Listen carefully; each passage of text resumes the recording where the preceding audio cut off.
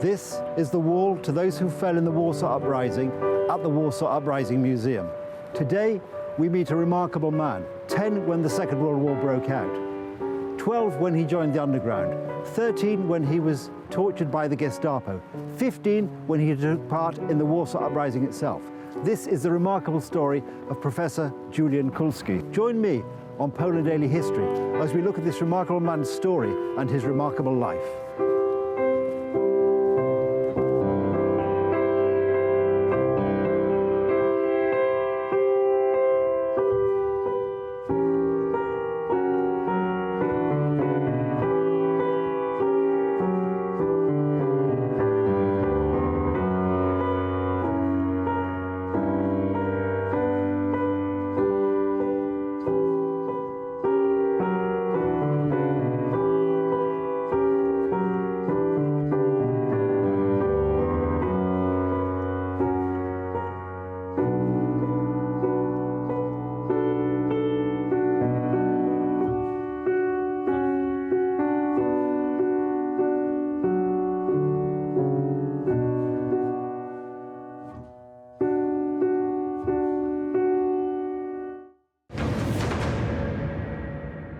And so then the war broke out, and you returned to Warsaw. And in the early days of the war, what was the sort of the immediate impact on your life as a 10-year-old? How did daily life change for you? Well, one of the things was that the house was, the windows were broken, and it wasn't quite the same home. But a few days later, I was going to school. I went to school, which was just across the Polish Army Boulevard, and there was also a sign that the school has been closed. Well, I never liked school as a 10-year-old, so I was rather happy. So this is the second good thing that second good thing that Hitler has done. Yes, he's doing quite well so far in this program. I came home, and then I ran into my past scoutmaster, Ludwig Berger, and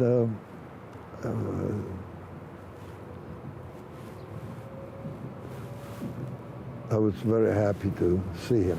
Yeah, and then there was, as I understand, there was a sort of program of underground schools where you could go and be taught sort of in secret. You all had to arrive at school at a separate time so as not to alert the Germans that there was some education I went to a going few on. of these classes. I wasn't particularly interested. I was much more interested in having dates with girls at that age and with trying to fight than being bored in classrooms.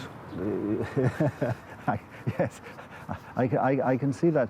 And at what stage at that time did you think that you, as a child, you went 10, 11, would actually physically be involved in some form of fighting? Well, I started off by, I think, I had nothing to do except to read books and go around Żoliborz and pick out dead bombs and then take them home, and we would take out the powder out of it and trying to make bombs ourselves. That was at 11 years old. And it was rather dangerous. My friend got almost killed, lost a leg and an arm. And my father was appointed immediately after Starzyński was killed by the Germans in December 1939. He was appointed as the president of underground Poland, and at the same time appointed by the Germans as the Bürgermeister, as the mayor, because Leist, the German, as the head of the, as president of the city. So my father heard about my activities and that I was going to get into trouble, and either I would get him into trouble or he would get me arrested, because he was being arrested all the time at home. So he arranged to have me move in with my with Ludwig Berger, who was my pre-war a master in the Scouts. In the Scouts, yeah, Yes. Scoutmaster. And he lived on ulica Czarnieckiego.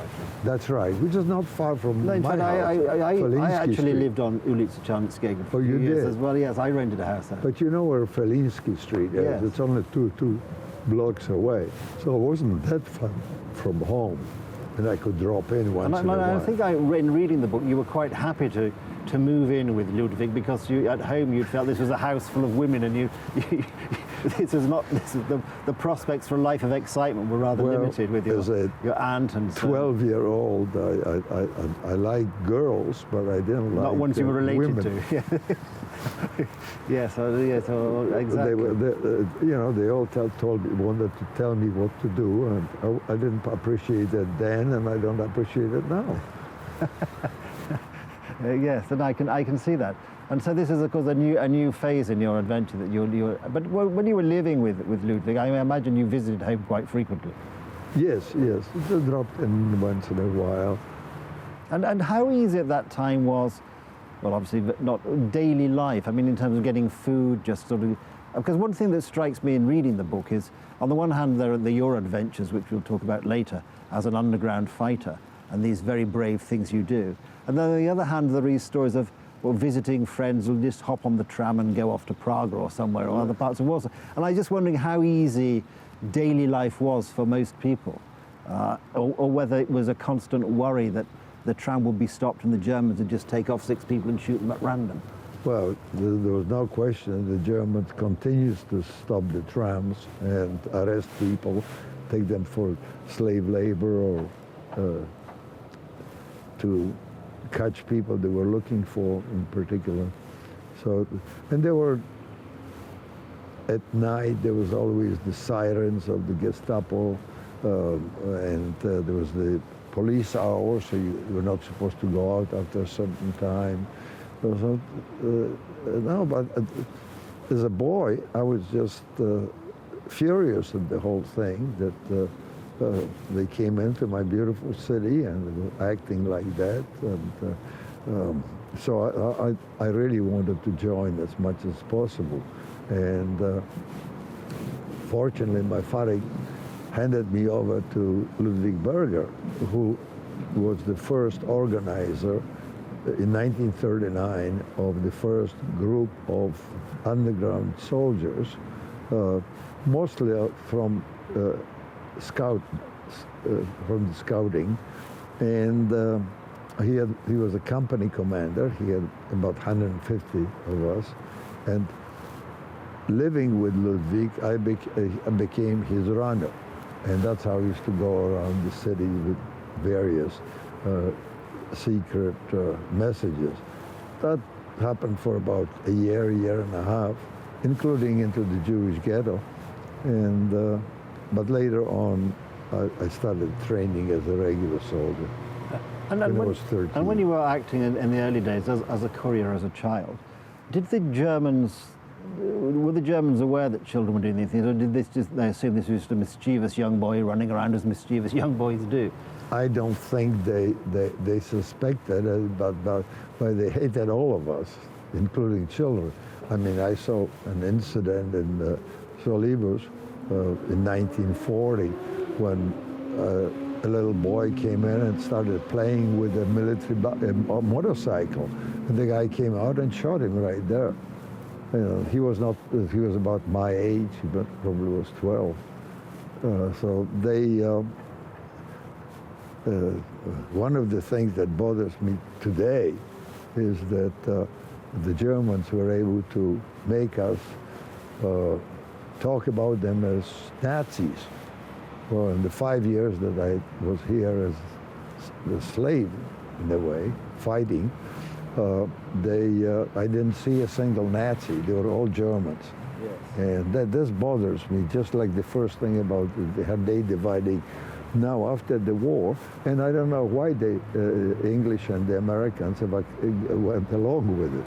But I mean, it is odd, isn't it? And that's probably something we might touch on a bit later, but there's this habit these days of rewriting history to meet modern political or modern sensibilities.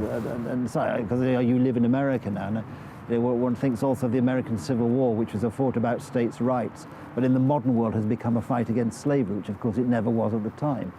But so you're saying in actual fact that from your point of view as living under this sort of military occupation, which obviously is what it was, for you these were German soldiers, and if you were lucky, they left you in peace to a certain extent. If you're unlucky, you might meet the madman who got out of bed the wrong side with his pistol and just wanted to shoot at somebody because that's just the way he felt. And did that, was it, and I've read it on other occasions, that one of the things that people find very difficult when they're being occupied in this way is, it's not that you're being occupied and these are bad people, but it's that the sheer unpredictability of the rules. I think when I've read it in relation to people in concentration camps, it wasn't that these were evil places, which was bad enough, but it's you couldn't really plan your day to know how to avoid the evil consequences because the violence was so random. I mean, well, did you sense any of that in walking around Warsaw at the time? You mean before I was arrested? Yes, before. I'm just talking about before you were arrested. Yes, it was quite obvious. I've lost my favorite uncle in Auschwitz. My father was arrested within the first 2 years twice and almost shot. So that, and I knew my friends' fathers and mothers who were also killed. So this was just part of the day, and we knew right away, within 12 months, that the Germans wanted the land, and they didn't want us. No. And sooner or later, we'd be gone. And this is why there was such a resistance, because we had nothing to lose.